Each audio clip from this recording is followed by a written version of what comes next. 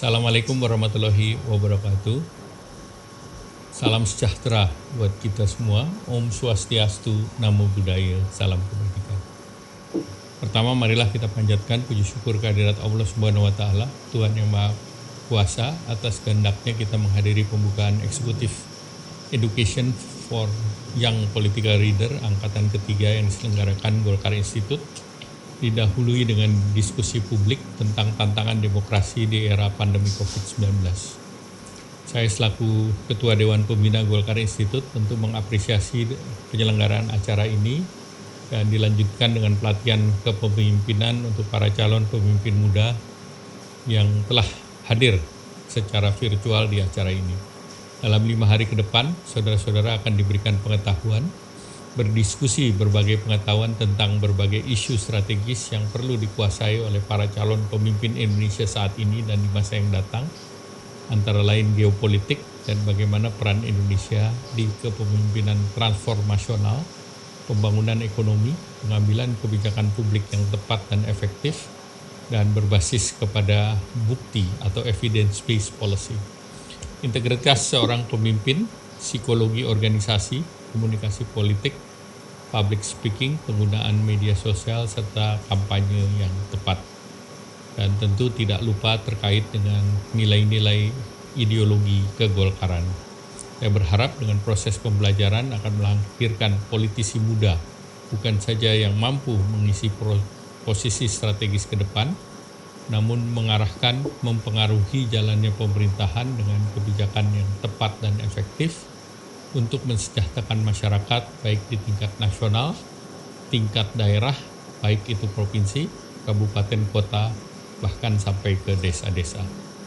Bapak Ibu hadirin yang kami hormati, topik yang diangkat sangat relevan karena pertama, krisis pandemi yang dipicu oleh COVID masih menjadi batu ujian bagi setiap negara demokrasi, dan untuk membuktikan bahwa sistem demokrasi memenuhi persyaratan lebih baik dibandingkan sistem politik yang otoritarian. Kedua, COVID terjadi saat dunia mengalami stagnasi demokrasi atau dekonsolidasi demokrasi. Freedom House melaporkan bahwa 25 dari 41 negara demokrasi yang telah mapan mengalami erosi demokrasi dalam 14 tahun berturut-turut. Ini adalah tantangan setiap negara demokrasi di dunia, termasuk Indonesia, agar krisis kesehatan global yang dipicu COVID tidak menambah problem dekonsolidasi demokrasi yang telah berlangsung saat ini. Sebagai partai tertua yang menjadi pilar demokrasi di Indonesia, Partai Golkar akan selalu berkomitmen untuk menjaga, mempertahankan demokrasi di negara yang kita cintai. Komitmen demokratik tersebut ditunjukkan dengan mencermati setiap fenomena di dunia yang berpotensi menggerogoti legitimasi demokrasi. Kesan bahwa negara non-demokratis lebih lincah dan berhasil untuk penanganan wabah dan juga untuk mendorong agar masyarakat disiplin. Beberapa ahli melakukan studi, salah satunya adalah Jonathan Schwartz misalnya mengatakan bahwa China memiliki authoritarian advantage dibandingkan tetangganya yang demokratis. Oleh karena itu pemerintah China dianggap lebih responsif dalam penanganan SARS di tahun 2002-2003. Schwartz secara khusus mengacu pada 3 faktor yang menunjukkan keunggulan komparatif politik China. Pertama, konsentrasi kekuatan, membuat koordinasi lebih mudah. Kedua, hubungan antar institusi yang juga lebih baik dan terkomando.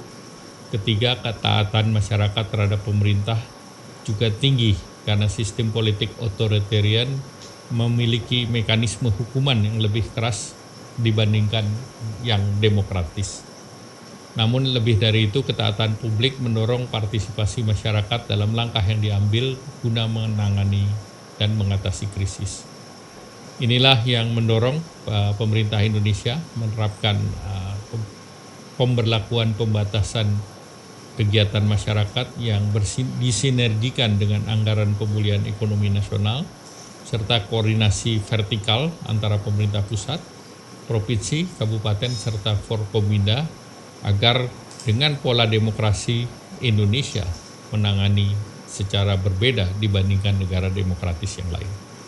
Saudara-saudara sekalian yang kami hormati, Partai Golkar menilai bahwa kita tidak boleh terlalu cepat mengambil kesimpulan karena situasi terkait dengan krisis sifatnya dinamis dan temporal dan masih berlangsung hingga saat ini, sehingga tentu kita tidak ingin akan adanya jebakan target yang selalu bergerak atau moving target.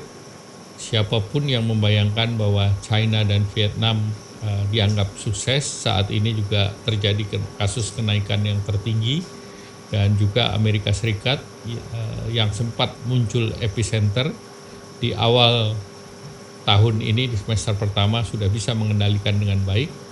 Namun ini kuncinya adalah vaksinasi yang lebih dari 60%, sehingga mulai dilakukan reopening daripada ekonomi. Negara seperti Jerman, Taiwan, Australia, dan New Zealand ini adalah salah satu negara yang menjadi contoh yang dianggap berhasil dalam penanganan COVID-19, termasuk menghadapi varian Delta, dan hampir seluruhnya menggunakan mekanisme vaksinasi sebagai game changer. Saudara-saudara yang kami hormati, dalam rangka menjaga kepercayaan publik terhadap sistem demokrasi di Indonesia, Partai Golkar akan terus berjuang untuk mensukseskan keberhasilan strategi pemerintahan Presiden Bapak Joko Widodo dalam menghadapi dampak kesehatan sosial dan ekonomi akibat COVID-19. Oleh karena itu, seluruh kekuatan politik perlu bekerja sama agar COVID-19 tidak saja berdampak kepada kesehatan, tetapi juga berdampak kepada ekonomi yang sangat serius. Studi menunjukkan bahwa kepercayaan dan kepuasan masyarakat ditentukan terkait dengan seberapa puas mereka terhadap kegiatan sosial ekonomi mereka sendiri. Nah, pemerintah Indonesia tentu terus mendorong agar kepuasan masyarakat terhadap demokrasi bisa ditentukan oleh performance daripada sosial ekonomi. Sebagai Menteri Koordinator Perekonomian sekaligus Ketua Komisi Penanganan COVID-19 dan Pemulihan Ekonomi Nasional, saya berusaha melaksanakan amanat Bapak Presiden agar mitigasi dampak kesehatan maupun ekonomi dijalankan secara seimbang. Pemerintah melakukan berbagai kebijakan agar pemulihan ekonomi berjalan seiring dengan penanganan COVID. Nah, pemerintah sendiri menganggarkan PEN, Pemulihan Ekonomi Nasional, mendekati 700 triliun di tahun lalu dan tahun ini lebih dari 700 triliun. Dan tentu ini banyak negara mengapresiasi langkah-langkah yang dilakukan baik untuk memitigasi dampak ekonomi maupun pandemi COVID. Di kuartal kedua, Indonesia menunjukkan bahwa Indonesia keluar dari resesi dengan pertumbuhan 7,07%. Strategi mendayung di antara dua karang ini juga direfleksikan dalam penanganan pandemi kesehatan, dan dalam pidato Bapak Presiden tanggal 16 Agustus, Presiden Bapak Joko Widodo menyampaikan bahwa menyelamatkan nyawa rakyat merupakan hukum tertinggi dalam bernegara.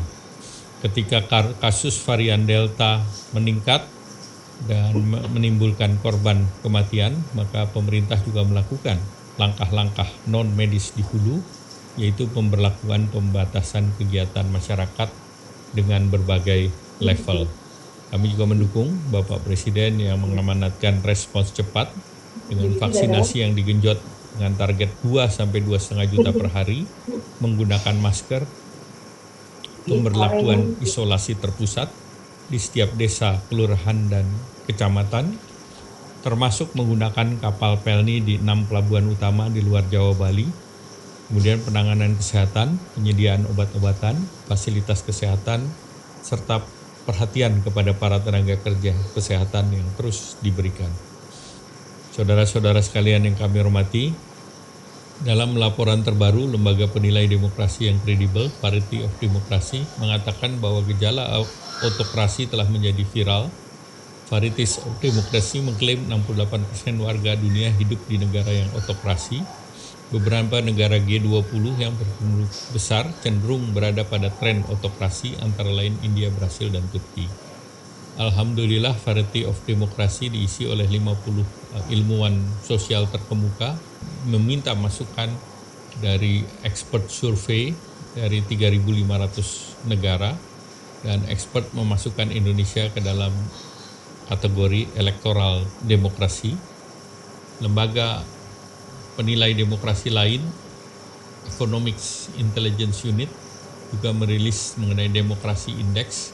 Dalam laporan tersebut, COVID telah mempengaruhi kualitas demokrasi, tidak terkecuali juga Indonesia. Dan Indonesia dilihat terjadi penurunan indeks demokrasi dalam 1 dekade terakhir, dan ini pun terjadi di berbagai negara lain. Namun juga EIU juga mengakui bahwa indikator kita ada yang baik, yaitu fungsi pemerintahan, skornya adalah 7,5, dan ini menunjukkan kinerja lebih baik dari berbagai negara di dunia. Demikian pula proses elektoral dan pluralisme, Indonesia skornya 7,85. Sekali lagi ini nilai yang baik. Kemudian juga partisipasi politik, skor kita juga baik, yaitu 6,11.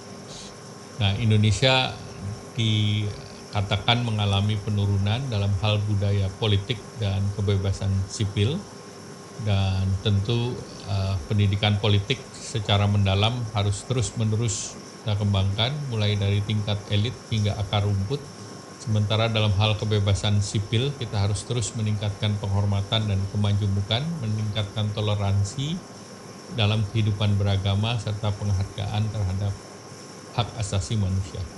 Partai Golkar mengapresiasi Bapak Presiden Joko Widodo yang beberapa waktu lalu meminta Menkumham untuk merevisi Undang-Undang ITE, di mana diberikan ruang gerak masyarakat di dalam situasi ekosistem digital di Indonesia.